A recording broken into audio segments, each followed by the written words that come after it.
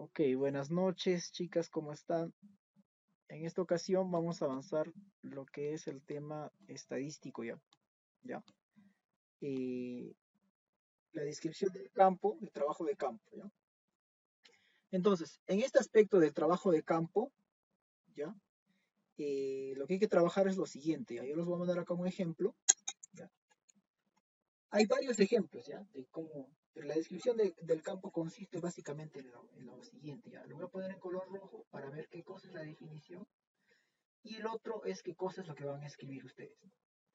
El trabajo de campo básicamente es describir o contar, como se dice, describir o contar, ya, cuentas, ¿no? Cuentas, eh, cómo has hecho tu investigación, ¿no?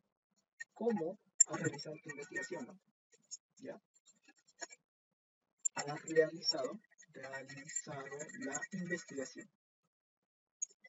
Ya, acá vas a contar, vas a narrar, ¿no? Ya, narrar, ¿ya? ¿Qué cosas vas a contar específicamente? Ok, presten atención, disculpen, no sé qué hice acá. Espera, espera, joder. Creo que he movido acá, a ver, un poco más atrás. Ya, ya. ¿Qué cosa vamos a narrar aquí en esta parte? Vamos a narrar, por ejemplo, eh, los siguientes puntos, ¿ya? ¿A quiénes, a quiénes se ha aplicado la encuesta? ¿Cómo o de qué manera se aplicó esa encuesta? ¿Ya? Ustedes pueden decir, se aplicó de manera presencial. Presencial significa que tú has estado frente a frente con la persona que le estás aplicando la encuesta, ¿ya? Eso es presencial. Y el otro es en la modalidad virtual. Cuando tú no has estado frente a frente con la persona, simplemente le mandaste un link. Virtual significa que tú le has mandado un link, ¿ya? O un formulario virtual, ¿ya? Eso te acuerdan que hicimos en el Google Drive, ese formulario virtual, ¿ya? Eso sería una modalidad virtual, ¿ya? Básicamente eso. Después, ¿qué cosa más se relata? También una vez que tú aplicas la encuesta, tienes que ver qué días, ya, qué días has trabajado, ¿no? Has trabajado la encuesta, ¿ya? Trabajado la encuesta.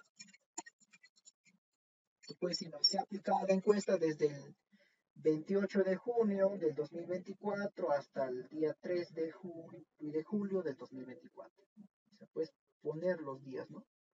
Si quieres, también puedes relatar los horarios, ¿no? También puedes decir, digamos, si ha sido, digamos, vía telefónica, ¿no? De repente le has llamado a la persona y le has dicho que por favor te ayude a responder ese cuestionario, ¿no? Es cuestión, ¿no? Asimismo, también tienes que poner las indicaciones que le has dado a la persona que le estás encuestando, ¿no? Indicaciones que le diste a la persona que estás encuestando, ¿ya? O sea, ¿qué indicaciones? No es que simplemente le pasas el link o le das la encuesta y ya está, ¿no? Le tendrás que explicar, ¿no? ¿Cuál es la finalidad de ese cuestionario, de esa encuesta, ¿no? Ya, básicamente eso, ¿no? No es que, ya, mira, ya te pasé el link, lo rellenas, ya ve tu vida, no, no le puedes decir eso, ¿no? Ni tampoco le puedes entregar el link, por favor, relléname esto, no. Y tiene que haber por lo menos una entrada, ¿no? Decirle, hola, ¿qué tal? Buenas tardes, me llamo tal, este, le, le quisiera presentar un cuestionario donde yo quisiera que usted responde de manera honesta y sincera con la finalidad de mejorar la calidad de servicios de los INERMIN, ¿no? Básicamente algo así tendrías que escribir, ¿no? Pero no vas a escribir exactamente eso, sino tendrías que decir, ¿no? Se le ha dado las indicaciones a las personas que van a ser encuestadas, instruyéndoles que marquen con una X, si en caso ustedes han tenido una hoja física, ¿no? Una hoja presencial, ¿no? Que le han entregado que marquen con una X, ¿no? O de repente ustedes han utilizado las dos modalidades, ¿no? De repente pueden decir, ¿no? A las personas que se le ha aplicado el cuestionario presencial en las oficinas o instalaciones de los INERMIN han sido previamente dado las instrucciones, ¿no? Donde se les ha dicho que solamente por una pregunta se marca una sola alternativa. Y todas las preguntas deben ser rellenadas, ¿no? Para así no tener preguntas vacías, ¿no? Eso, por ejemplo, pueden escribirlo, ¿no? ¿Ya? ¿Qué más se relata en el trabajo de campo? En el trabajo de campo también se relata, ¿ya? Relatar el aspecto de la consolidación, ¿ya? Consolidación. O sea, cuando ya terminaste de consolidar todo, digamos, tu muestra inicial era, no sé, de 219, ¿no? Digamos 219 cuestionarios, ¿no? Ahora vamos a ver tu muestra cuántas, mejor para hablar en números exactos, ya. Y usted dice 130, ya. Digamos, tu 130 ya lo has terminado, ya. Has iniciado hace 3 días y hoy día justo en el tercer día ya terminaste tu 130. Entonces, ¿cómo consolidas toda esa información? ¿No? Tú dirás, pero no. Se ha consolidado la información o los datos recolectados, ya, tanto físicos, si es que ha sido presencial, ya, y digitales, si ha sido virtual, se ha consolidado en una hoja de cálculo, ¿no? De Excel, ¿no? Puedes decir, ¿no? Puedes poner eso, ¿no? Por ejemplo, hoja de cálculo de Excel, ¿no? Si tú lo has consolidado ahí, ¿no? Porque no creo que así no lo vas a tener, ¿no? Lo tienes que consolidar, ¿no? O sea, también has creado entonces, creando así la base de datos, ¿no? Base de datos. Pregunta, ¿la base de datos está codificada o sin codificar? Ahorita les explico si está codificado o sin codificar. Luego, ¿qué cosa se hace? Se codifica, ¿no? ¿Se acuerdan ustedes cuando hicimos la primera vez, no es nuestra base de datos, la pregunta 1, la pregunta 2, pregunta 3, ¿cómo se respondía? Con totalmente de acuerdo, casi de acuerdo, no sé, no me acuerdo esa escala. Así te van a responder las personas, pero no te van a responder 5, 4, 3, 2, 1, no te responden así. Ellos te responden con totalmente de acuerdo, en desacuerdo, etcétera, ¿no? Entonces, eso todavía falta codificar. ¿Cuándo está codificado? Cuando solamente todas esas respuestas se traducen a números, ¿no? ¿Por qué? ¿Para qué se codifica? Para la lectura y cálculo, ¿no? Cálculo del programa estadístico, ¿no? Programa de procesamiento estadístico. En este caso, ¿de qué programa estamos utilizando? El SPS, ¿no? En este caso estamos utilizando el SPSS, ¿no? Statistical Program Social Science, ¿no? Programa estadístico para ciencias sociales. Eso significa SPSS, ¿no? Entonces, ustedes tienen que relatar eso, ¿no? Van a decir, digamos, hemos creado nuestra base de datos, luego le hemos codificado ya las preguntas, asignándoles los números correspondientes a cada alternativa, y luego toda esa base de datos codificada se ha cargado en el programa de procesamiento estadístico SPSS. Entonces, ahí cuando ya lo han vaciado en el programa SPSS, ¿qué se hace? Ya, pues, ahí lo que se hace, ¿qué es? Bueno, obvio que todavía no han llegado a eso, pero igual les voy a explicar, ¿no? Yo les voy a relatar. Cuando ya cargas en el SPS, lo primero que hacemos es ya realizar la codificación, también ahí se codifica, ¿no? Codificación de las variables en el SPSS. O sea, hay que codificar las variables, cada una de las variables, ¿no? Luego se carga segundo, y una vez que está cada pregunta codificada, ¿no? Cada variable y sus respectivas preguntas, ¿no? Segundo, ¿qué es lo que vamos a hacer? Una vez que hemos cargado, digamos, todas sus respectivas preguntas ya codificado, luego se cargan, ¿no? Se cargan las respuestas de la base de datos. Base de datos. O sea, todo lo que tú tenías en tu Excel, ya esas preguntas que está todo lo copias y se pega en la base de datos, ¿no? O si no, uno a uno también puedes rellenarlo acá en la base de datos, ¿no? La respuesta en la base de datos. Una vez que ya cargas, ¿qué se hace después de cargar la base de datos? Se aplica la estadística descriptiva. ¿Descriptiva a cuáles? Porque recuerda que tu cuestionario tiene dos partes, ¿no? La primera parte es de datos generales y la segunda parte es del análisis de las variables, ¿no? Entonces acá vamos a poner datos generales y variables. Con datos generales, ¿a qué me refiero? Datos generales me refiero a edad, sexo, no sé, lugar de dónde está haciendo de dónde viene, procedencia, no sé, etcétera. Esos son datos generales, son datos descriptivos. Ahora, datos descriptivos de las variables, ¿a qué nos referimos? Cada pregunta hay que ver cuántos están de acuerdo, cuántos no están de acuerdo, etcétera, ¿no? Eso, esa es la estadística descriptiva. Cuarto paso, ¿qué vamos a hacer? Aquí nosotros tenemos que hacer la prueba prueba de normalidad le llaman, ¿no? Normalidad. Ahora, aquí en la prueba de normalidad hay dos pruebas, ¿no? Las que mayormente se usan. Obvio que hay más pruebas, ¿no? Hay muchas pruebas de normalidad. Pero en nuestro caso, bien vamos a usar la de Shapiro-Wilk o la de Kolmogorov-Smirnov, ¿ya? ¿Cuándo vamos a usar la prueba de normalidad? Kolmogorov-Smirnov o Shapiro-Wilk va a depender de la cantidad de datos. A ver, en este caso, a ver, déjame recordar, ¿ya? Hay una prueba de normalidad que se aplica, por ejemplo, prueba de normalidad. Vamos a poner Kolmogorov-Smirnov primero. Voy a poner un ratito ya. Y Shapiro, ¿ya? Son dos pruebas.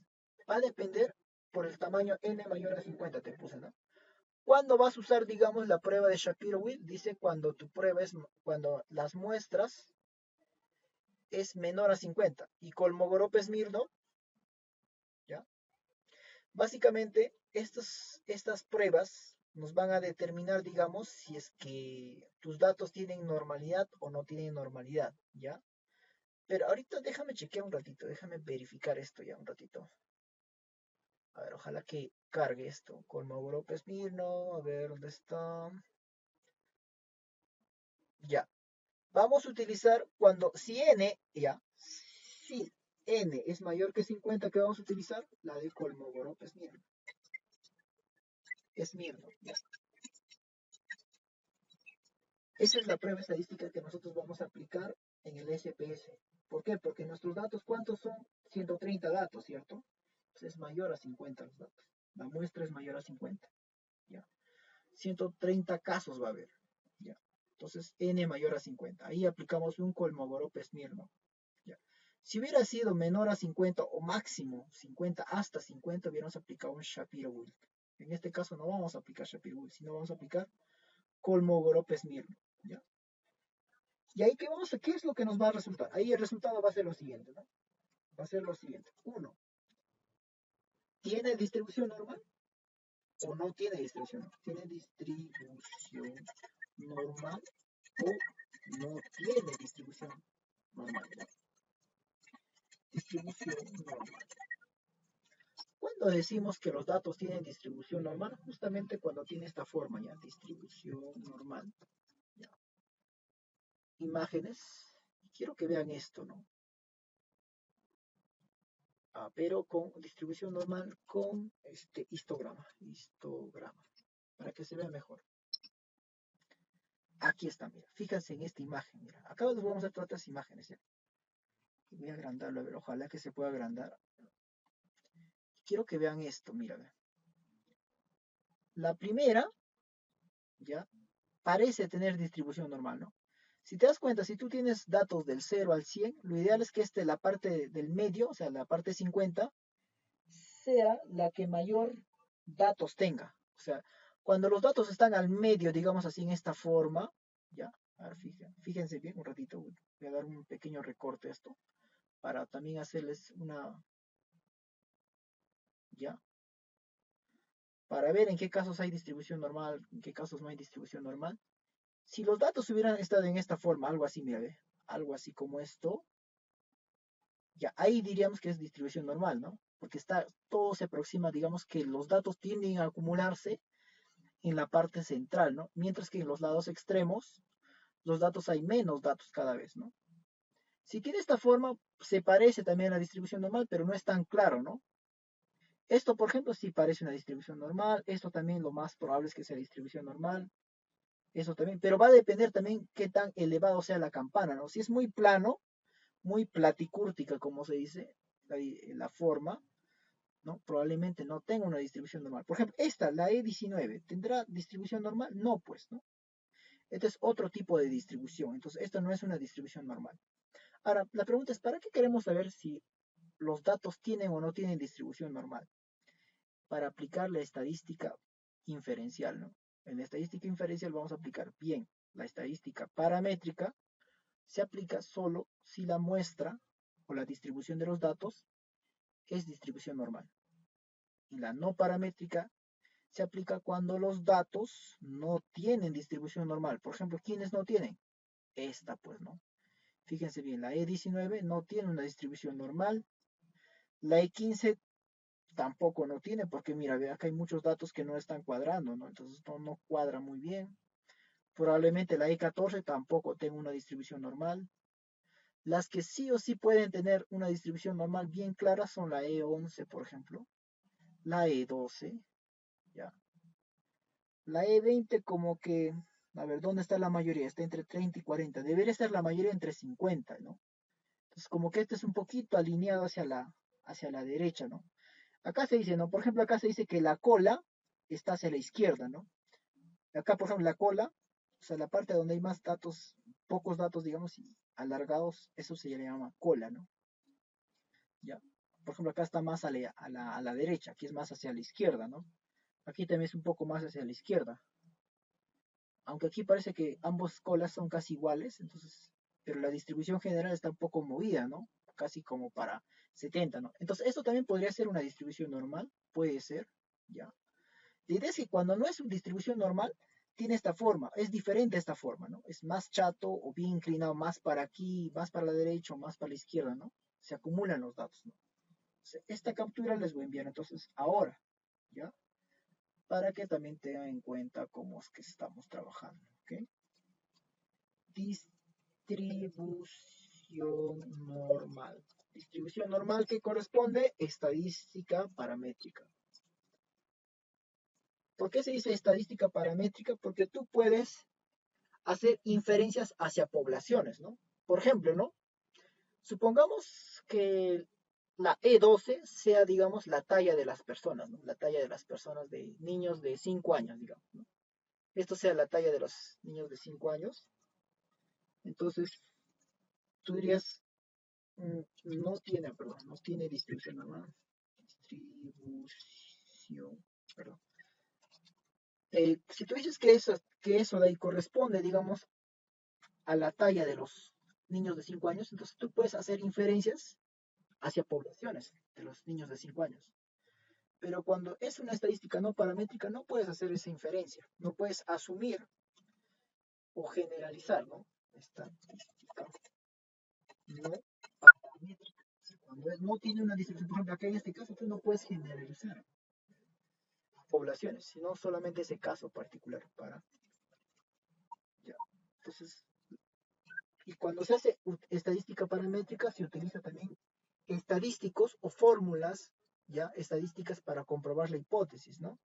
Aquí es si tiene, ya, si tiene distribución normal y el otro es no tiene distribución normal. Si tiene distribución normal, ¿qué aplicamos? Estadística paramétrica. Si no tiene distribución normal, ¿qué aplicamos? Estadística no paramétrica. ¿Ok? Entonces, con eso nos está quedando claro. Ahora, ¿de dónde se sacaba esta información? Si quieren leer más, les voy a pasar el paper. Ya este de acá es el paper. Ahora, déjame ver, creo que está aquí, ok. Clic de ReshareGate. Entonces, ahí si desean pueden leerlo más, formarse un poco más sobre ese aspecto, ¿ya? Continuando, ¿ya? Continuando, hay que, nosotros, ¿ya? Para no salirme del tema donde estoy acá, voy a entrar acá, ¿ya? Aquí hacemos la prueba de normalidad, ese es el cuarto paso. Ahora el quinto paso, ¿qué vamos a hacer? Cuando ya, acá ya decidimos, ¿no? Decisión del estadístico a utilizar. Utilizar. Yo les dije, ¿no? Como ustedes van a utilizar una hipótesis correlacional, bien podrían utilizar una Rho-Spearman.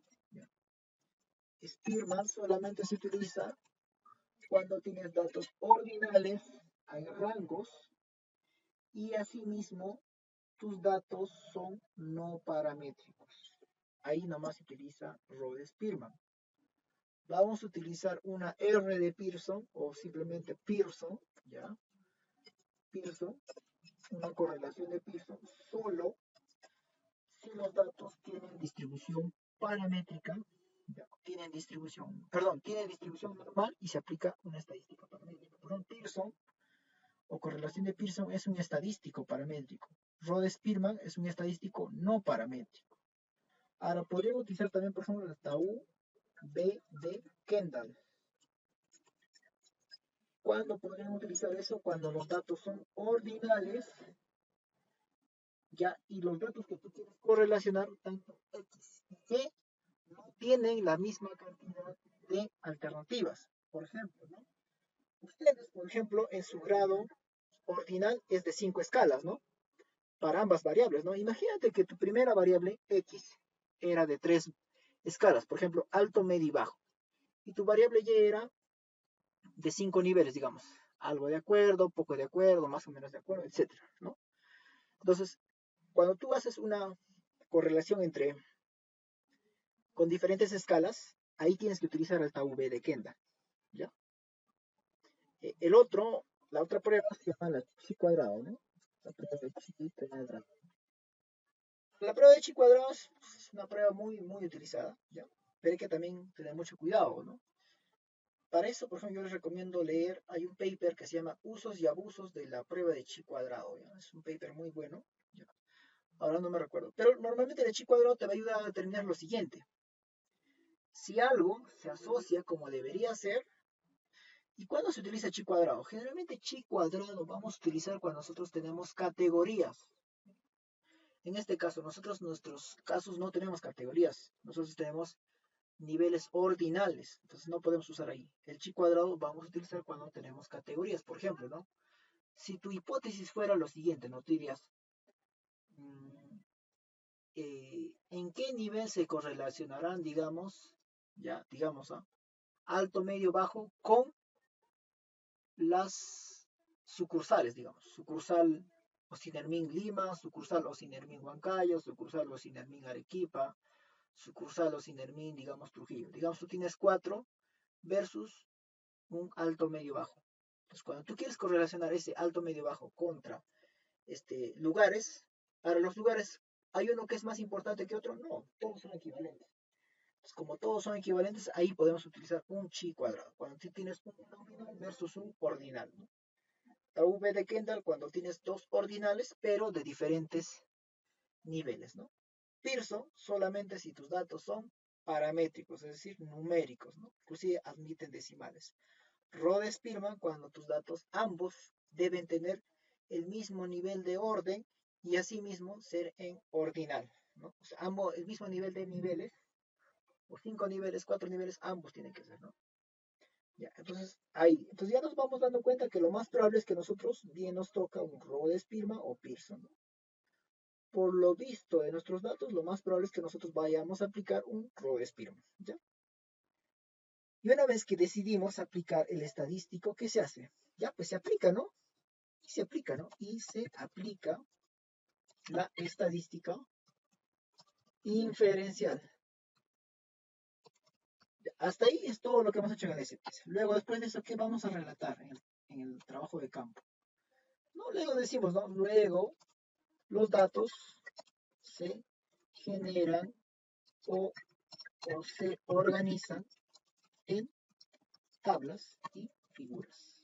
Nada más. Ya, y esos datos que estás generando en tablas y figuras es lo que ya viene en esta parte, pues, ¿no?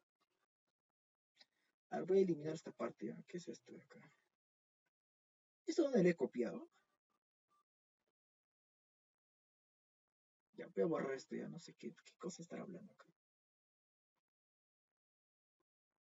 Esto está, no sé qué estar hablando. No, eso es lo que habíamos copiado, creo, de la anterior tesis. Ah, ya.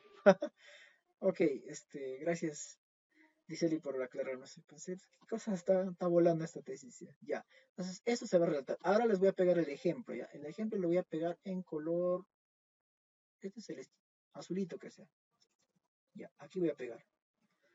Yo tengo un ejemplo que estoy haciendo ahorita de otro cliente, ya, y es algo así como ustedes van a avanzar, ya. Acá dice, mira, voy a copiar todo lo que está de él, no lo toman igual, ya, nosotros lo vamos a hacer diferente, no vamos a hacer así, A, B, C, D, como él, no, no lo vamos a hacer, sino nosotros lo vamos a hacer así, como esto, como párrafos, ¿no? ¿Cuántas hojas debemos tomar para el trabajo de campo? Máximo 1,5. Y eso, si lo hacen en 1, genial, si lo hacen en 1,5, ya, pues pasable. 2 ya es mucho, ya creo que es exagerado, ¿no? Este es ejemplo, voy a poner acá. Ejemplo, con mayúscula, ejemplo, y encima resaltar con amarillo para que se comprenda. Ala, no me pasa, ya. Este es un ejemplo, ¿no? Sugerencia, voy a ponerla acá. Sugerencia, voy a poner acá arribita. Sugerencia, redactar en párrafos. Párrafos sin numeración. Esto, por ejemplo, es párrafos con, no está numerado, pero sí está organizado, ¿no? A, B, C, D. Esos son párrafos organizados. Nosotros vamos a utilizar solamente párrafos. O sea, borramos la letra B y simplemente relatamos esto y la C, esto de acá, lo juntamos con la B, así sucesivamente. ¿Ya? Entonces, creo que estamos yendo bien. Ya. Luego, para la presentación de resultados, ¿ya? Al menos la parte estadística descriptiva les voy a mostrar un ejemplo, nada más, cómo es que dice, ¿no? Mira, ¿qué dice acá, no? Por ejemplo, dice, no, luego de realizarse el trabajo de campo, se procedió o se ha procedido al análisis mediante la codificación de las encuestas. Bueno, esto es lo que viene arriba, ¿no? Simplemente dices, ¿no? Para ello se muestran los resultados generales de las preguntas. ¿Cuáles son los resultados generales? Por ejemplo, aquí vemos una pregunta así, ¿no? Marcar género, ¿no? Masculino o femenino. Así era la pregunta, ¿no? Entonces, esta pregunta, como tiene dos respuestas nominales, ¿ya? Son nominales.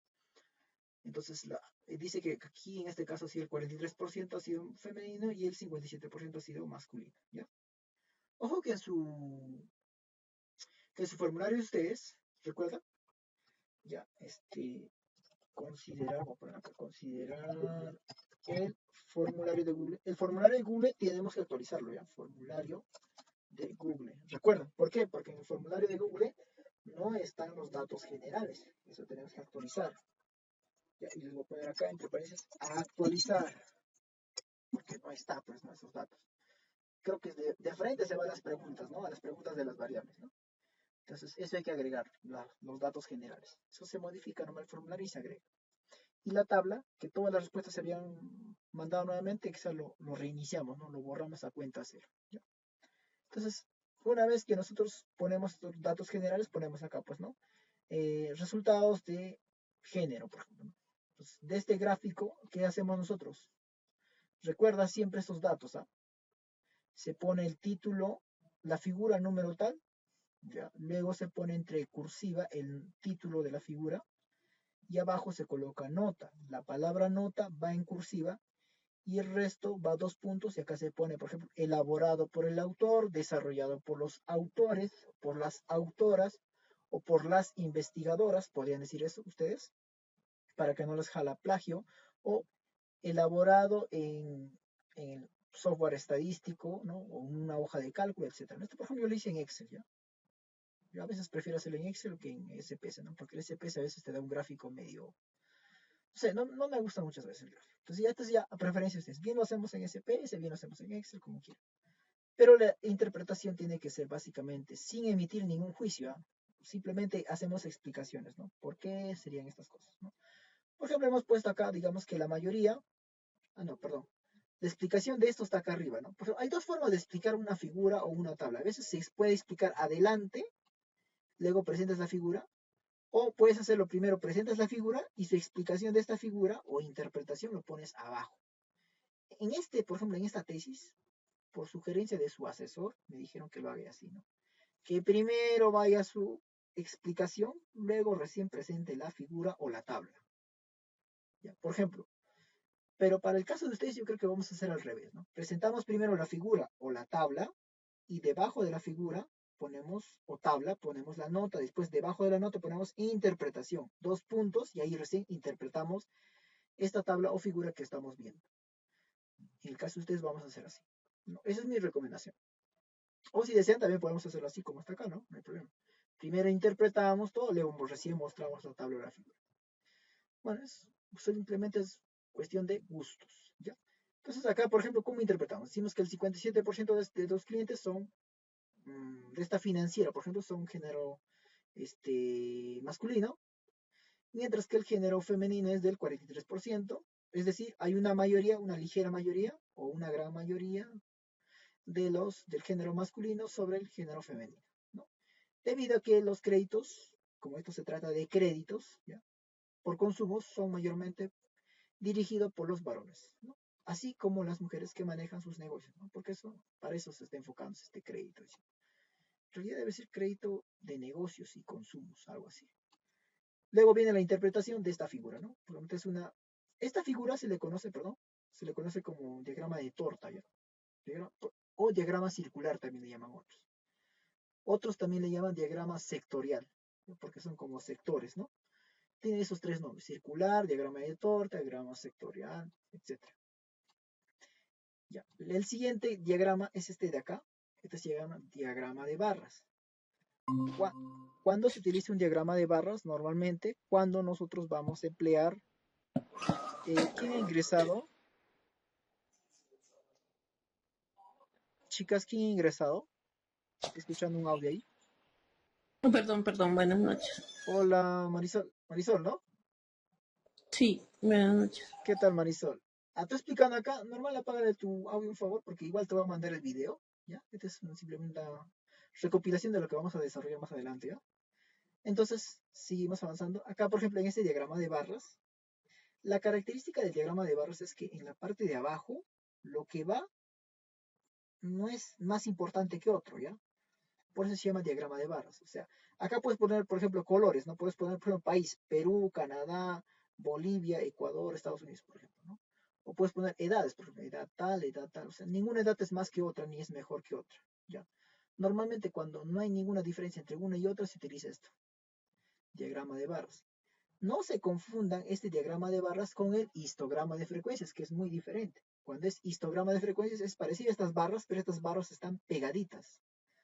Pero no siempre van a estar pegadas. Por ejemplo, si acá no hay datos, y aquí en vez de haber datos nominales, esto por ejemplo son datos nominales, porque ninguna edad es mejor que otra, ni mayor que otra, ni nada, ¿no? Claro que hay un orden, cierto orden, pero nada más que eso, ¿no? Este histograma de frecuencias, perdón, este diagrama de barras solamente se utiliza cuando los datos aquí abajo son datos nominales o pueden ser datos ordinales. Solamente en esos dos casos.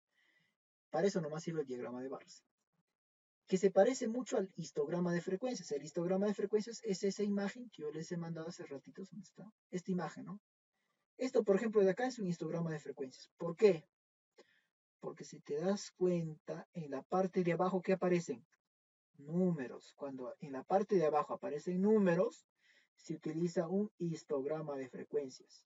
Pero si en la parte de abajo, en el eje X, en vez de números, aparecen nombres o algún orden de algo, ya se utiliza un histograma perdón, un gráfico de barras.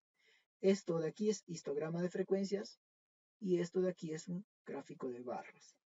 Ya, esa es la única diferencia. Entonces, en este caso, por ejemplo, ya se explica, ¿no? Por ejemplo, ¿cuál es la edad que tiene mayor? Ahora, ¿qué datos se explican normalmente en los gráficos y figuras? Vamos a explicar los datos que tienen la mayor cantidad de frecuencia. Por ejemplo, aquí, ¿quién tiene la mayor frecuencia? Pues la barra que es más grande, ¿no? ¿Quién es esto? La de 35.6%, ¿no? ¿Cómo interpretas esto? Tú dirías, ¿no? Existe una gran mayoría, ¿ya?, de la muestra hallada de un 35.6% que comprende a las edades de 25 a 35. Mientras que le sigue de muy cerca con un 31.1% en edades de 36 a 45 años, ¿no? Listo, nada más. Puedes interpretar los dos valores con mayor porcentaje. No hay necesidad que relatas todos los porcentajes, no. Basta con que relatas el mayor y el siguiente mayor, ya está bien. Y también puedes explicar por qué, ¿no? Por ejemplo, hemos puesto acá, ¿no? Esto se debe a que las personas que piden mayor. Acá, por ejemplo, ¿cómo hemos explicado, no? Respecto a los otros grupos de edades, se tiene un nivel de proporción menor. Es lo que hemos dicho, ¿no? ¿Por qué proporción menor? Porque son pocos, ¿no? Poco menos. Y asimismo, se debe, dice, a que las demandas de los créditos son menores en dichos grupos de edades. Es decir, en estos grupos de edades, de 26 hasta 45 años, son el grupo de personas que demandan mayor cantidad de crédito. Es decir, son personas que están activamente en el sistema financiero, mientras que los otros grupos o rangos de personas son personas que están con una menor actividad en el sistema financiero o en el sistema de créditos. Nada más, así podrían explicarlo, ¿no? Esta tiene una explicación. No solamente se trata de decir, mira, la mayoría es esto y la segunda mayoría es esto. Y ahí nomás queda tu interpretación estadística. No, tienes que decir también por cuáles podrían ser esas situaciones. Tiene que haber una explicación por qué estas dos son las mayores, ¿no? Y las mayores te explican ahora, ¿no? Justamente porque estos son grupos de personas que están más activamente con el sistema financiero, con el sistema crediticio. O sea, tienen una mayor demanda de créditos. El siguiente, por ejemplo, se trata del nivel de educación, que también ustedes van a hacerlo, ¿no?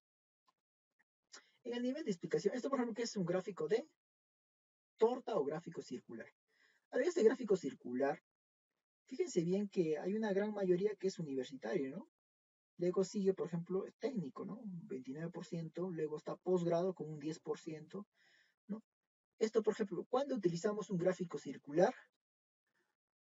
Cuando todos los elementos, de acá que estás viendo estos nombres o elementos nominales, el gráfico circular solamente sirve para datos nominales, ¿ya? ¿Puede servir para ordinales? También puede servir para ordinales, ¿ya? Mayormente se utiliza en datos nominales, porque ¿qué es inicial? ¿Qué es? Nombre. Primaria, ¿qué es? Nombre. Secundaria, ¿qué es? Nombre. Pero no solamente son nombres, sino que hay un orden, ¿no? Por ejemplo, tú para que llegas a la primaria tienes que haber pasado por la inicial. Si tú tienes que ser técnico, por lo menos tienes que haber pasado por los anteriores niveles, ¿no? Entonces también hay un orden, ¿no? Ya, acá hay un orden. ¿Ya? Entonces, el gráfico de tortas para eso te sirve, ¿no? Y cuando la suma de todos estos hacen un 100%, se utiliza para eso el gráfico de tortas. Si la suma de todos estos no hace un 100%, no es parte de un 100%, no utilices este gráfico. Ya no vamos a utilizar. Entonces, eso yo los voy a orientar según veo su tesis. Ya. Luego acá tenemos otro gráfico de barras, ¿no? ¿Sobre qué? Bueno, dice está hablando sobre el tiempo del cliente. Ah, ya. ¿Hace cuánto tiempo la persona que la ha encuestado es cliente de esta entidad financiera, por ejemplo, ¿no? Entonces, vemos que la mayoría, una ligera mayoría digo porque casi está igual que esto, hay una ligera mayoría de un 26.7% donde los clientes tienen más de 2 años, ¿no? Y ahí luego le sigue por de ahí muy cerca con un 25.6% que los clientes tienen ya hace un año siendo clientes de esa entidad financiera. Luego, también un 23.3% tiene hasta 2 años. Es decir, que la mayoría, estos tres hacen la mayoría, tiene más de un año, puedes decir, ¿no? ¿Cierto? Eso es lo que tú puedes decir, ¿no? Más del, a ver, 20, más del 70%, ¿ya? Te puedo asegurar que tiene más de un año siendo cliente. Mientras que aproximadamente cerca de un 30% o un poco menos, ¿ya? Porque si tú sumas esto más esto, saldrá pues un 24% aproximadamente. Un 24% tiene tiempo como cliente menor a un año, ¿no?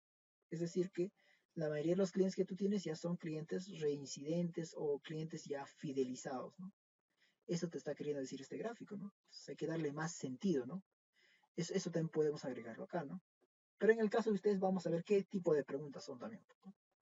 Luego ya vienen los resultados por variables. Esto ya lo voy a explicar en la siguiente sesión. Hasta aquí yo espero que se me haya entendido, digamos, las partes de la estadística descriptiva, ¿ya? Eso es lo que voy a ir acá. Y nuevamente les repito, el formulario hay que actualizar. ¿Qué cosa vamos a actualizar, Luis? Los datos generales, ¿ya? Datos generales. ¿Por qué? Porque en su formulario de ustedes, si más no recuerdan, no están los datos generales. No les está preguntando la edad, no les está preguntando el sexo o género, no les está preguntando su nivel de educación, no les está preguntando de qué lugar vienen para que hagan sus trámites. Esas preguntas, ¿no? Ya, entonces eso.